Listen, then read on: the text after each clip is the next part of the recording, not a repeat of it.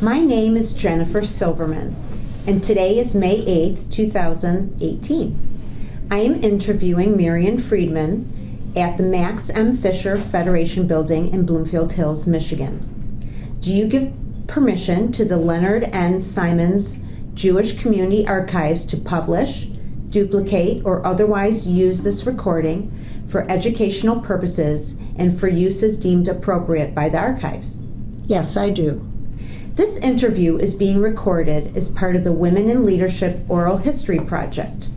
The Women's Philanthropy Department of the Jewish Federation has had several names throughout its history, including Women's Division and Women's Campaign and Education Department. For the purposes of this interview, the questions will refer to it by its current name, Women's Philanthropy, but you can use whatever name you are comfortable with. When and where were you born? I was born in Detroit, Michigan. Do you want my birth date? Sure. Yes. Oh, October 23rd, 1943. Thank you. Was volunteering in philanthropy important to your family growing up? Yes. Did that influence your career path? As growing up, what did it help you inspire to your career as part of Federation? My Federation story really begins on the other side because I was a beneficiary of Federation.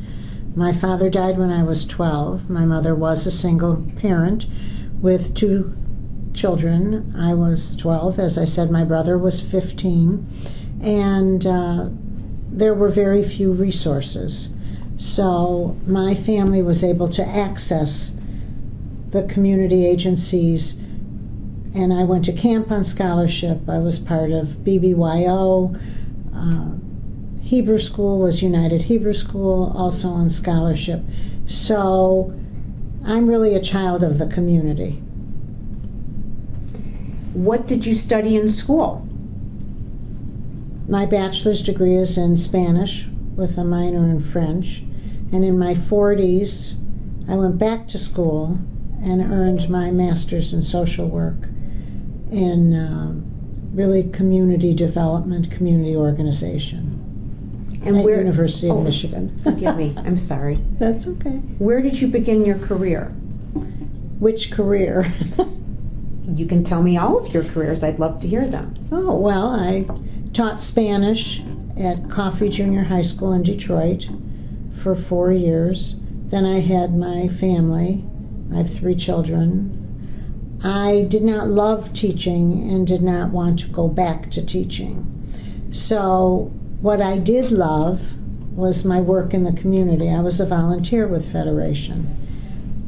But I knew that I would never achieve any level of leadership at the Federation because Federation is a fundraising organization and you have to be able to participate at a certain level, and I knew that I would not achieve that level. So I entered Federation through a different door. I went back to school, got my master's degree, and was placed as an intern at the Neighborhood Project and stayed there for 14 years and then continued on here at the big Federation. In other words, I was off-site. What did you do for Neighborhood Project? I kind of did everything at Neighborhood Project because I started as an intern, then I was an associate, then I was an assistant director, ultimately the director. I was there for 14 years. And Neighborhood Project, by its very name, was never intended to be around for a long time. It was a project. But it lasted 17 years, 14 of which I was there. And its purpose was to enhance and preserve the communities of Oak Park and Southfield in terms of the Jewish population. Those communities were at risk for abandonment, as we've seen in the past history of Detroit communities. I grew up in Northwest Detroit, and of course those communities were abandoned. People moved on after the 1967 riots and even before. And there are no Jews in those communities now. And the Federation in the mid-'80s wisely saw that without some type of intervention, the Oak Park and Southfield communities would no longer exist Jewishly. And so the leadership, both lay and professional, established the Neighborhood Project in an effort to preserve that Jewish presence. And they were successful. Okay. In any event, Neighborhood Project morphed into more than a neighborhood stabilization program and began to be a community building program, which is what we did over the course of the 17 years. When I left Neighborhood Project in 2001, I moved over into the planning department of Federation, and my portfolio was the education division and the Fisher Foundation at that time. And I worked also as a project manager for Shalom Street, and I did a number of different things. Whatever they asked me to do, I did. And in 2004, they asked me to interview for the position of Director of Women's. So I did, and I got the job, and I started in June, July of 2004. Going back to Neighborhood Project, what kind of duties or responsibilities did you have with the project? My responsibilities included oversight of staff, supervision of staff, strategic planning, management of the loan program, interviews of loan applicants. I worked collaboratively with Hebrew Free Loan. I worked in the community with other ethnic groups.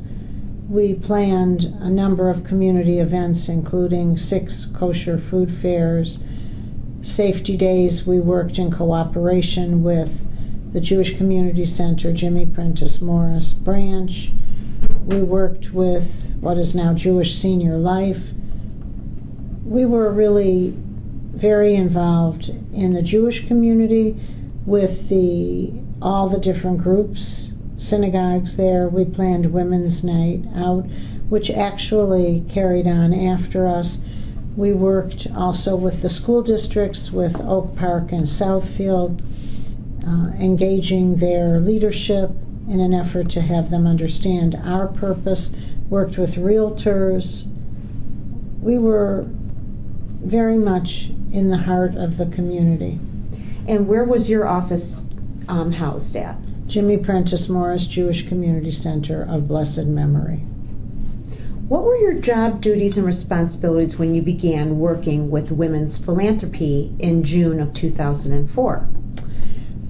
I worked closely with the lay leadership, and clearly the department at that time had 2 main areas: campaign, of course, and then educational programming. So I worked with the lay leadership, I worked with the professional staff, I worked with campaign, so I was part of the campaign department.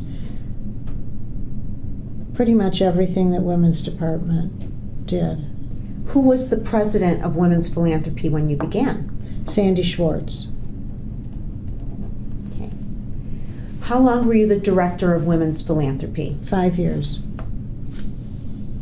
Were there any colleagues or lay leaders that were mentors to you? Yes. Sandy Schwartz and Susie Pappas. What were their attributes? Dedication, hard work.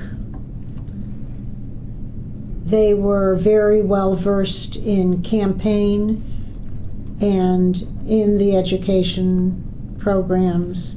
Susie Pappas was passionate, so dedicated, so hardworking, and she was the campaign chair. And Susie came in charged and ready to go. And Sandy did not serve as a campaign chair.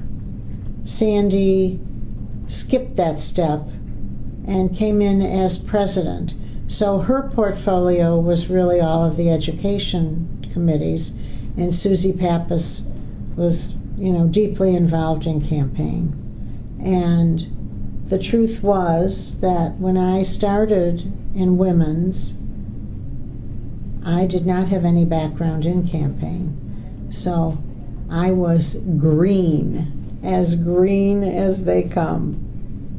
I did not know about campaign and the Lion of Judah and the pomegranate, and I had to start at square one, and they were there to help me.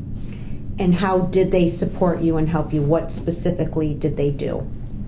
They taught me. They worked with me.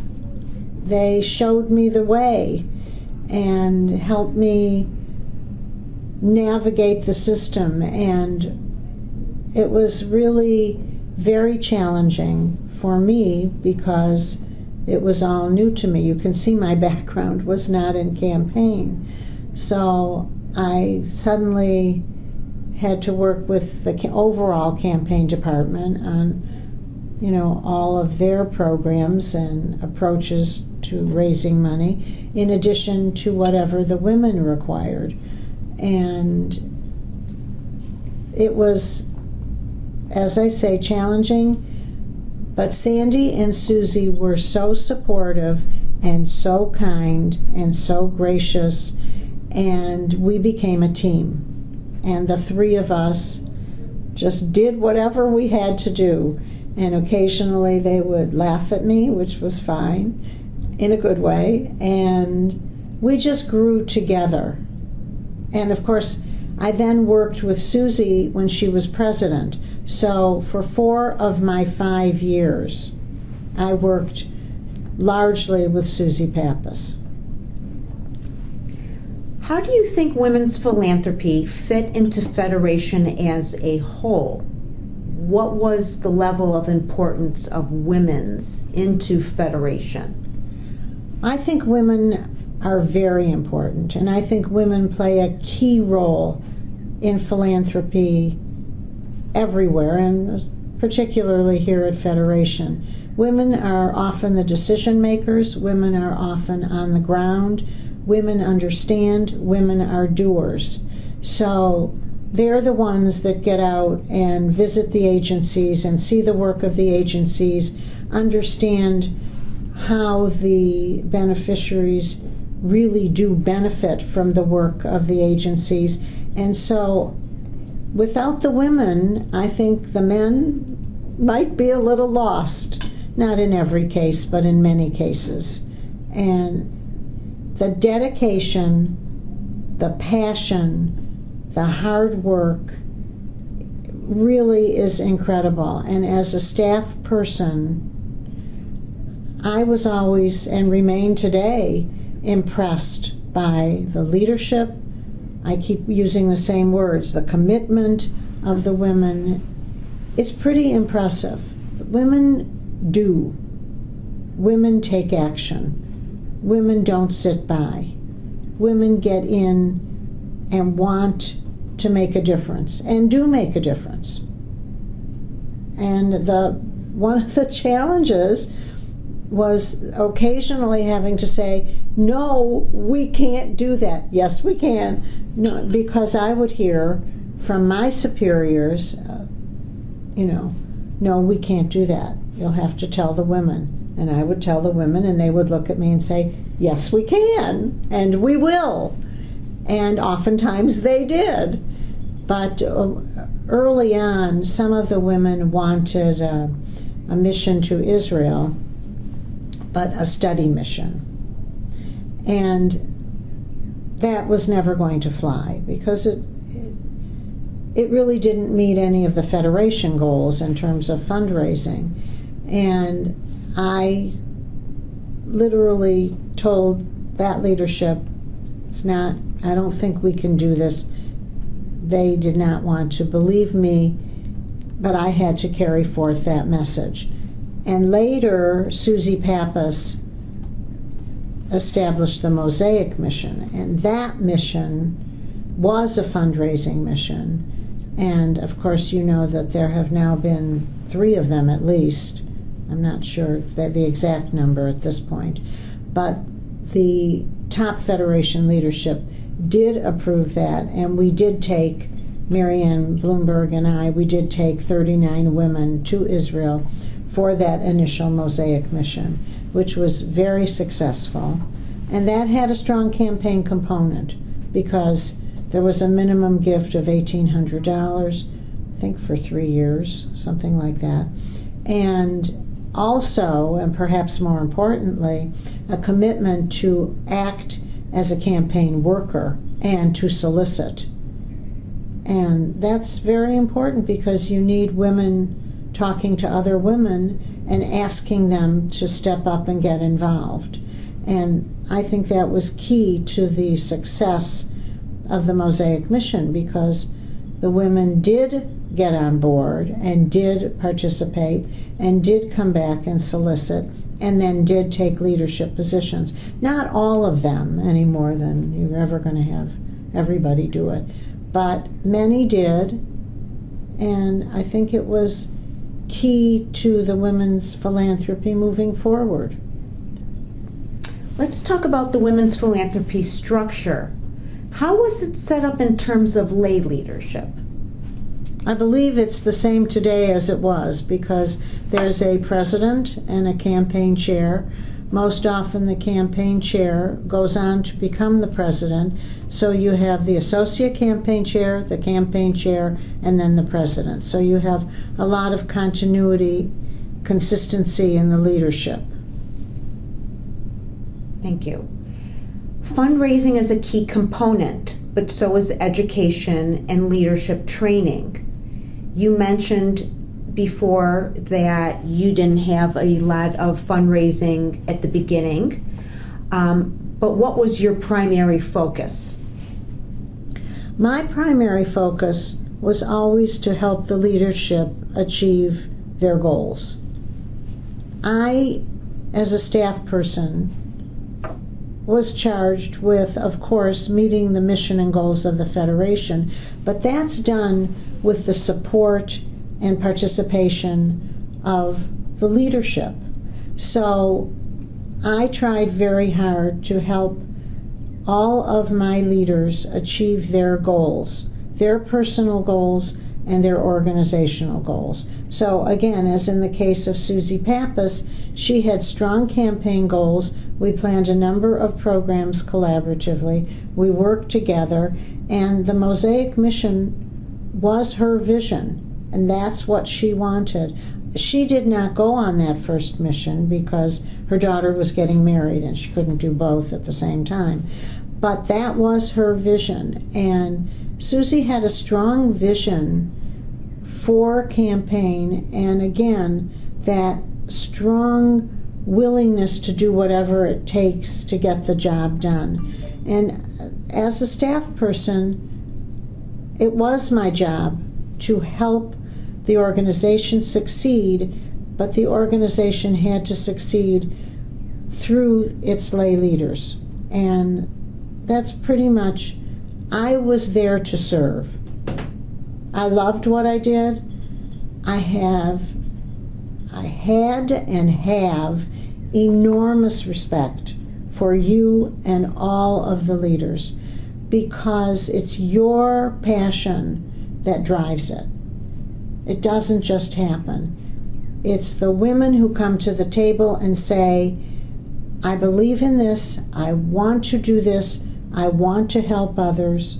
And I think because I had that planning department background and I worked with the agencies and I sat at that planning table, I was really able to see what the needs are in the community. So I knew about Hebrew Free Loan, I knew about JFS, I knew about JVS, and I think I was able to transmit to the women what I saw as the needs and interface that part of it with what they saw.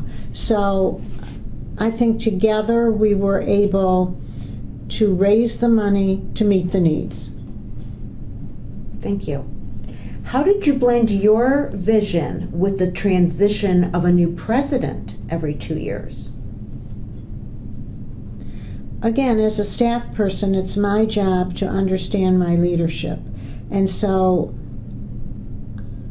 I think every director has to get to know the leaders, understand what they want to achieve, what they have planned.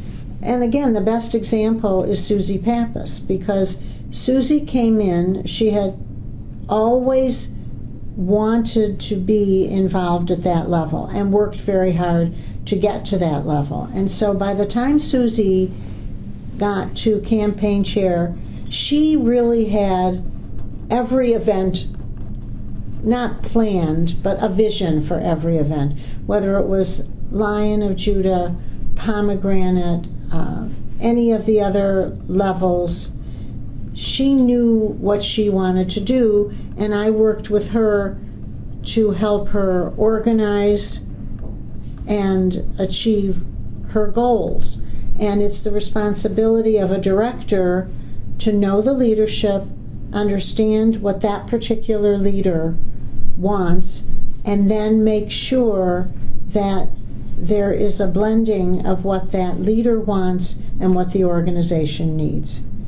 I mean, the Federation is a fundraising organization, and we always have to keep that in mind.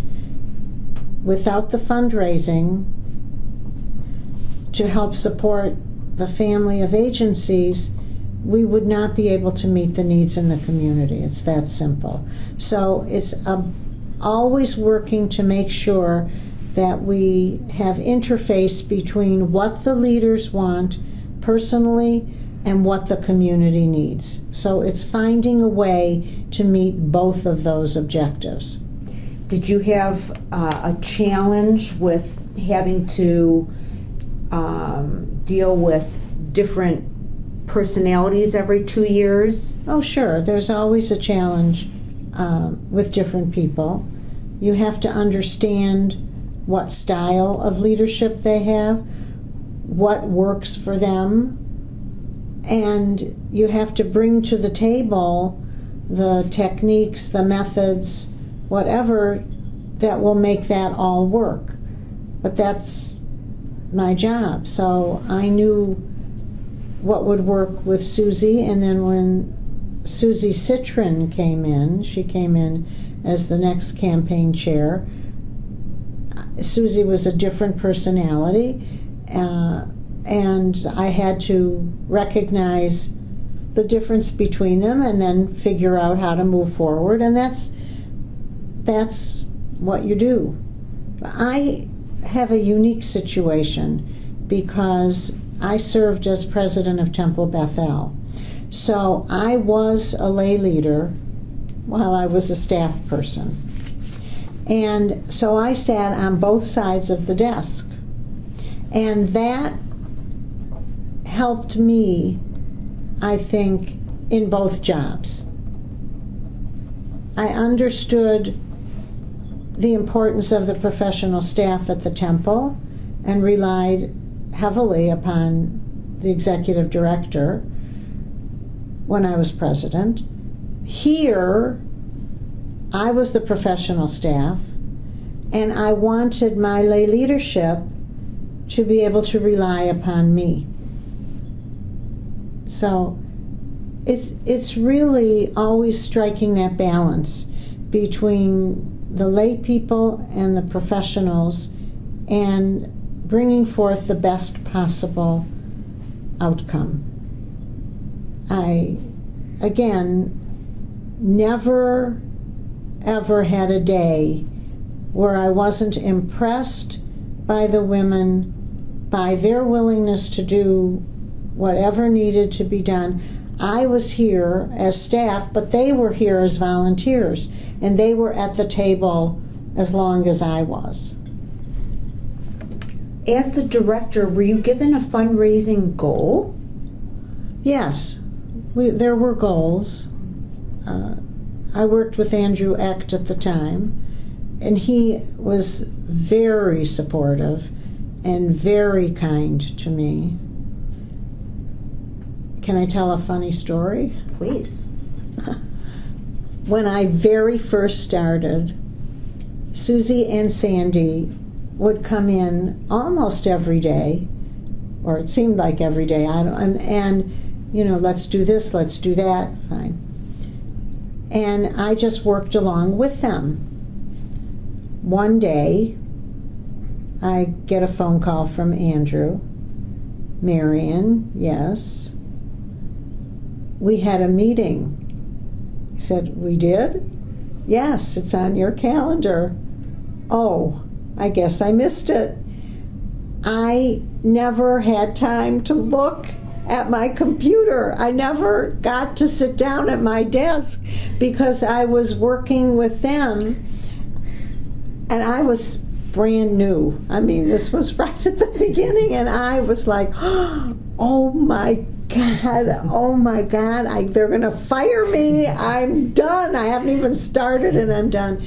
And Andrew looked at me and he said, Marion, I'm glad it happened with me. Don't worry about it. Just every now and then you have to look at your watch and say, I need to check my calendar. Mm-hmm. And then you need to say, I have a meeting, you have to excuse me. But I was so completely entrenched with my leadership at the very beginning. I just, whatever they wanted, I wanted to do.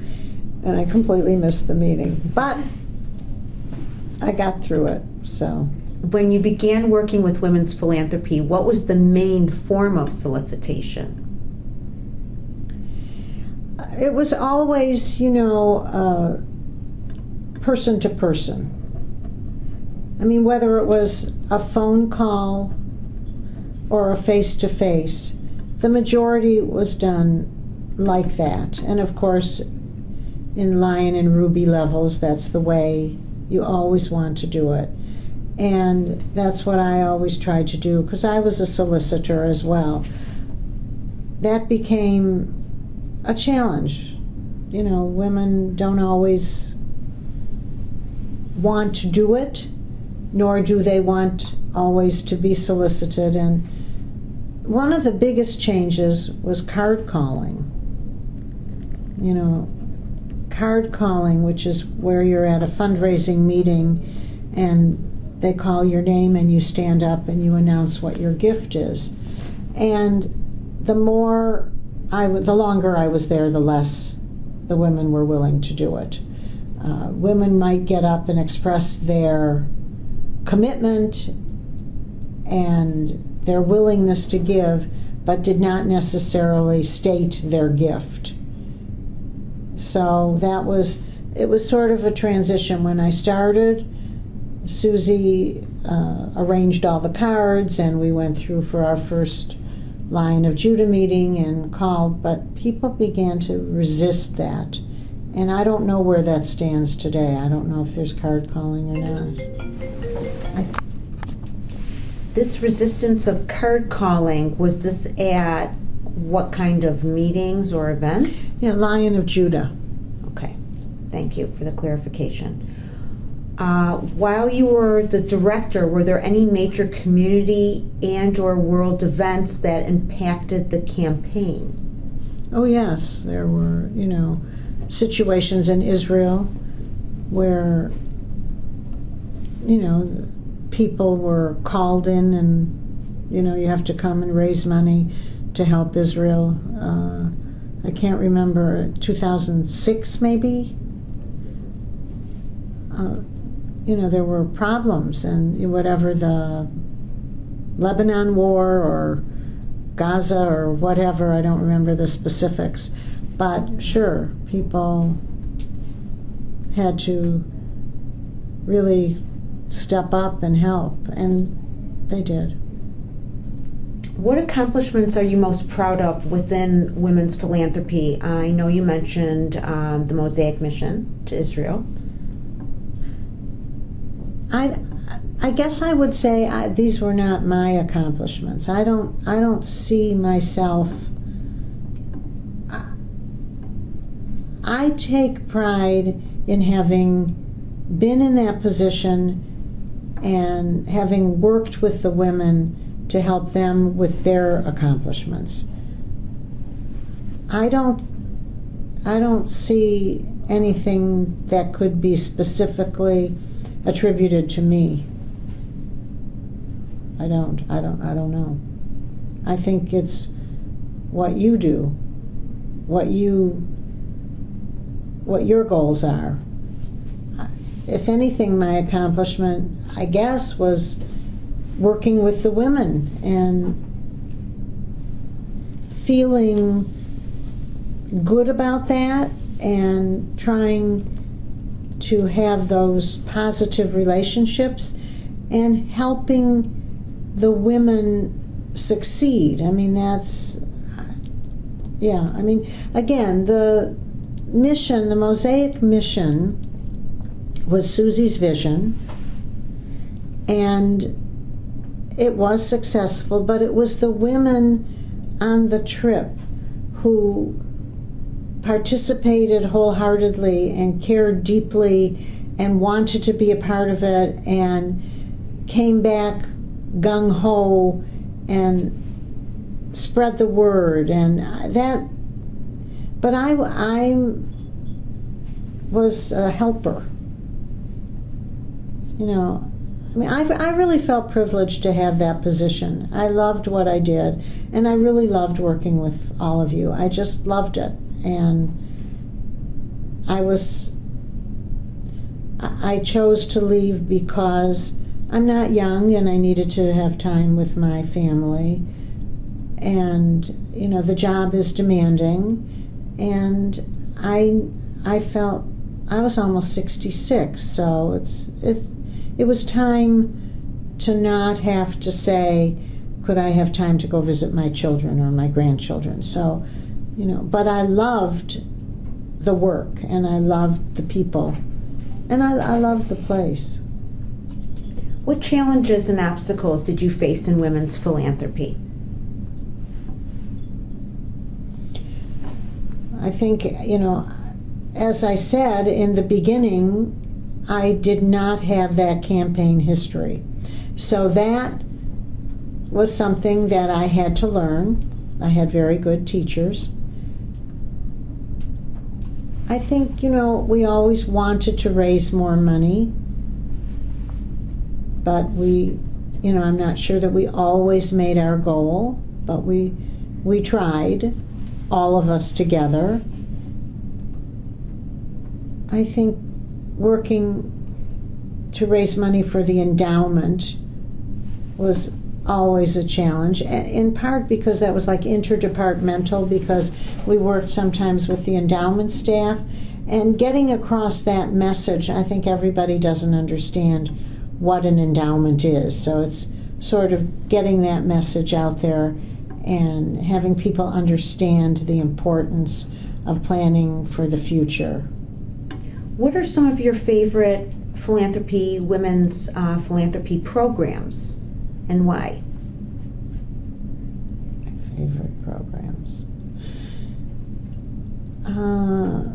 I loved the TOVE program because it brought together a lot of women that you might not otherwise see. Women would come in sometimes in groups. It might be a Maj group or a card group. Okay, let's go for the day. And I think the ability to kind of work with your hands and your heart was very special, and delivering those packages was very special, and the women would really derive such pleasure from seeing that. I think, of course, the mission was very special. I mean, that was really a wonderful opportunity for me as well as for the women. And I had the pleasure and privilege of going to a Lion of Judah conference, which was so special. Again, those were not opportunities that I was ever going to have. I'm never going to have that on my own. So I always felt so privileged to play any role. And, you know, we did all kinds of programming that involved a lot of different people in the education realm. You would bring out people that you wouldn't normally have. And Penny Blumenstein used to say her first gift was $50. And so that's kind of where it can all start. And you can see it begin to germinate with some of the women. And even though Federation is not a direct service organization, it is primarily fundraising, whenever we got into any of those direct service areas, even a little bit, the women were thrilled to be a part of it. And like I say, that's where you plant the seeds, and that's where you watch it grow. Any speakers you recall that impacted you? Bill Clinton. Bill Clinton at the Lion of Judah. I heard Ruth Bader Ginsburg. I heard Laura Bush. Those were very special. But we had good speakers for some of our programs. At the time I was involved, the Federation was not encouraging us to spend a lot of money for speakers. So we had Abigail Pogrebin. I think that's the only one I can recall by name, but we had good speakers. In your opinion, what is the most effective way to engage women in philanthropy? I think what's key to philanthropy is having the prospective donor understand the impact of giving. To simply ask someone for a gift without explaining or somehow sharing the impact of that gift isn't very effective. So that's why whenever you can have the testimonials, which I know we've seen a lot, or explaining or showing or telling women, having them understand that their gift really makes a difference is so powerful.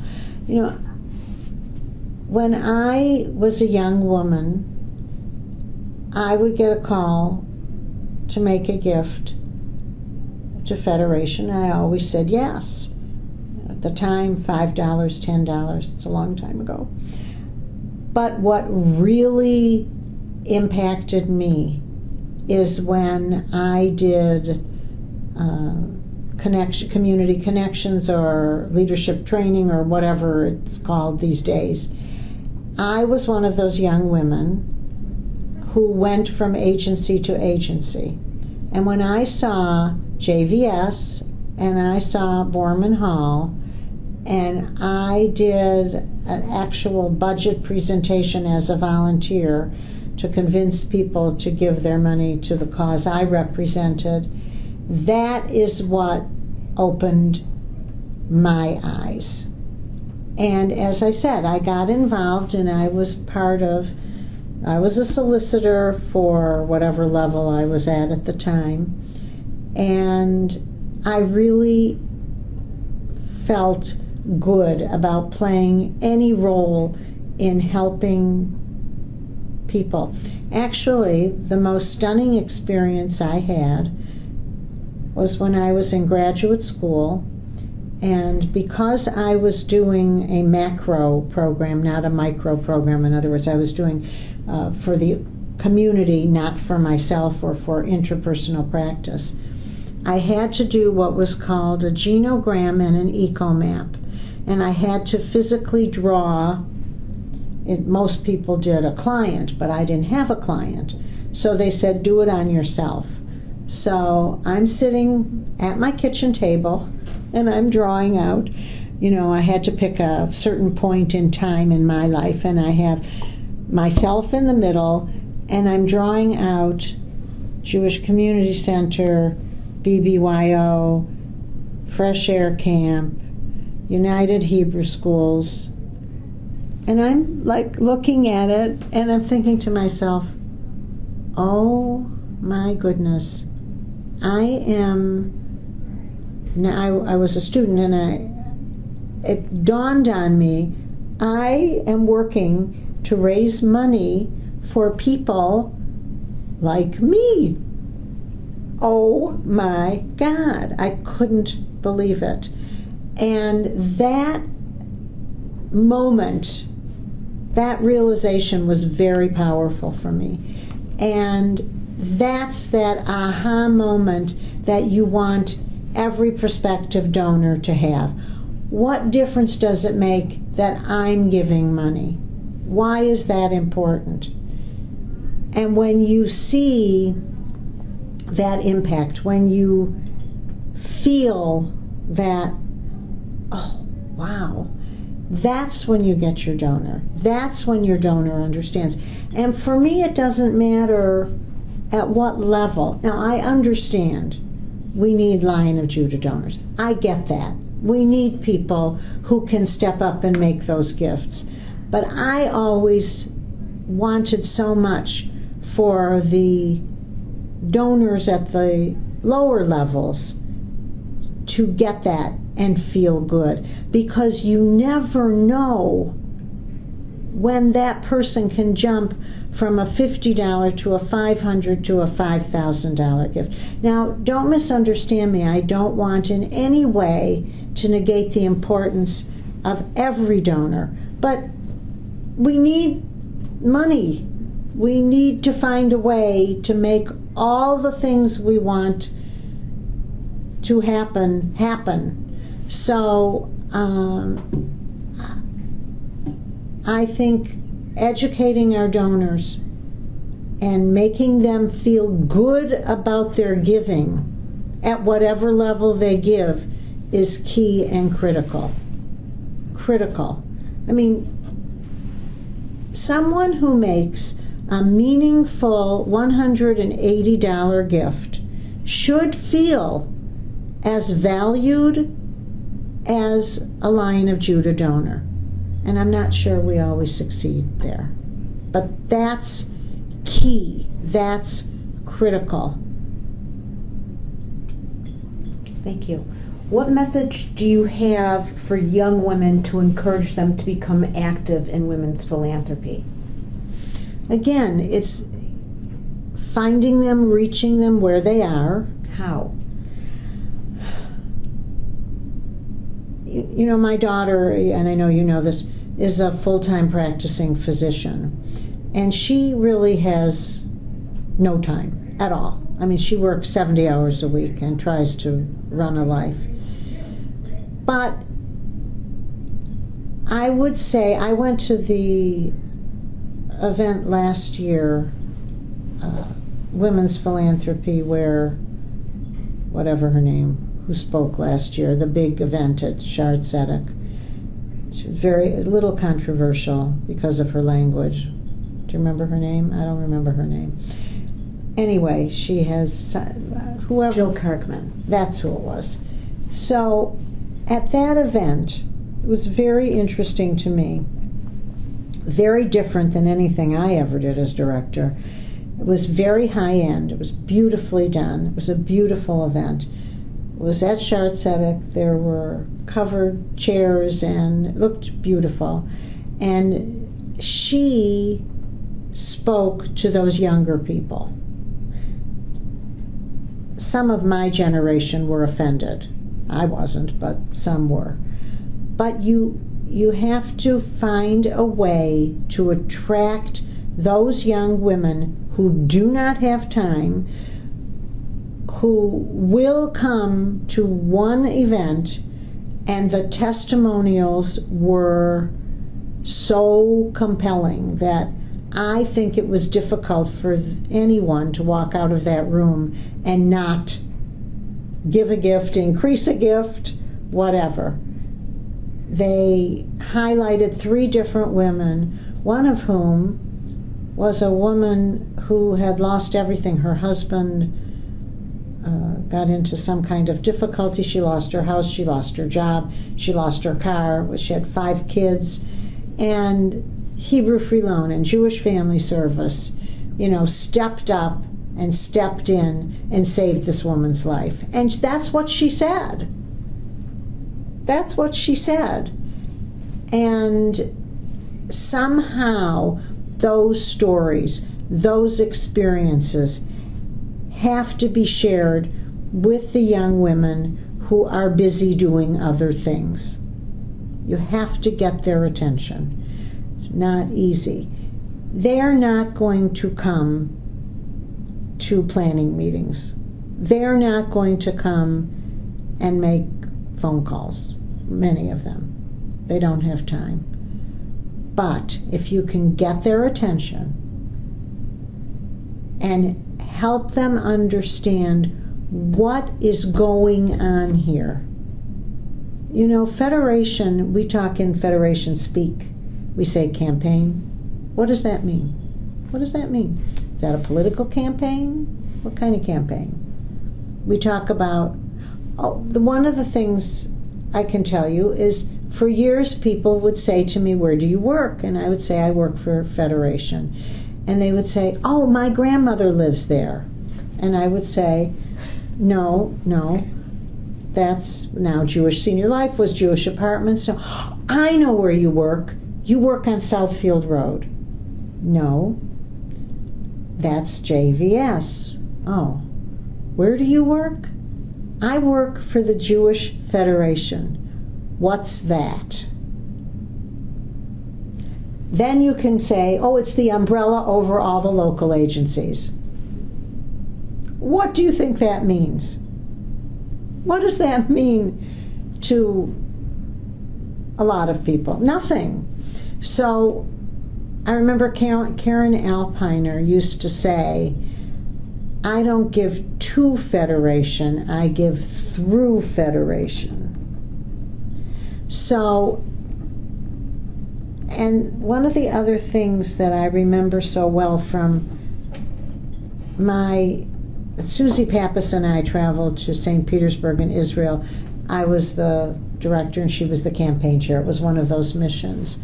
And one of the things that I heard, and I used it, but I haven't heard it used lately, what we do is simple, very simple. One Jewish woman asking another Jewish woman to help a third Jewish woman, or one Jew asking another Jew to help a third Jew. And that's what we're all about. Simply. But it gets lost in, I don't give enough money, my gift isn't valuable enough, I'm not a lion, I'm not a ruby. You know, it's the very fundamental reason that we exist is to help each other. That's who we are, that's what we do. And it's done differently in different agencies at different times. But if you boil it all down, that's who we are as Jews. And that's the message that has to be repeated more than any other. One Jew asking another Jew to help a third Jew. That's what we do. But it gets lost in some of the other, well, I don't have enough money, my gift isn't big enough, whatever. You received the Berman Award in 2004. I did. Can you tell us about that? Sure. I almost died. I was making the transition from planning to women's.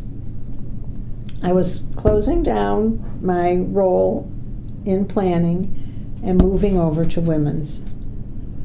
And I was still in planning, and I went out for lunch with a friend. This was in 2004, as you said, and I didn't always have my cell phone with me. Now, of course, you don't go anywhere without your cell phone. But I went out to lunch with a friend, and I'm sitting in Steve's Deli, and her phone rings. And she hands it to me. And I'm like, for me? she says, "It's Larry Jack here," who was the president at the time. And my first thought was, he's going to fire me. I did something wrong. I'm sure I messed up somewhere and it's over. Because why else would Larry Jack here call me? I took the phone and he said, "Yeah, you got just for the record, I'm also an Avrunin awardee too. I got the Avrunin Award in 1999. That one they don't give much. No. But I did get that. I was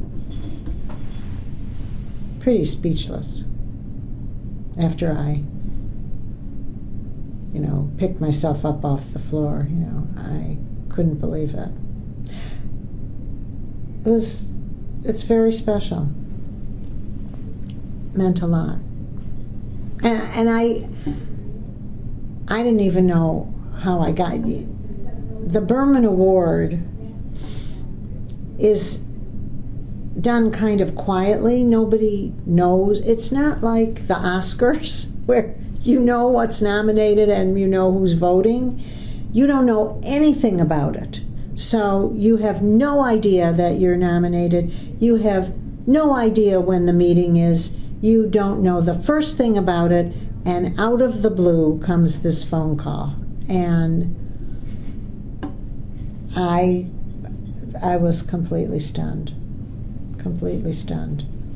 So, but I was very proud and very grateful. Is there anything we didn't cover that you would like to add? No, I loved my work at Federation in all areas. I loved helping to save a community. I thought, and still feel so pleased to have been any part of that. Because when I go into Oak Park and Southfield and I see the development there, my heart sings. And I was just lucky to be part of it. Planning was not fun like Neighborhood Project. Planning is the hard work. Planning is where you really see the inner workings of the Federation and its agencies, and you work hard to help the agencies be effective and efficient. Women's was just joyful. I loved the women. I loved working with the women. I loved helping them succeed. And I again felt privileged to be any part of what women's philanthropy does.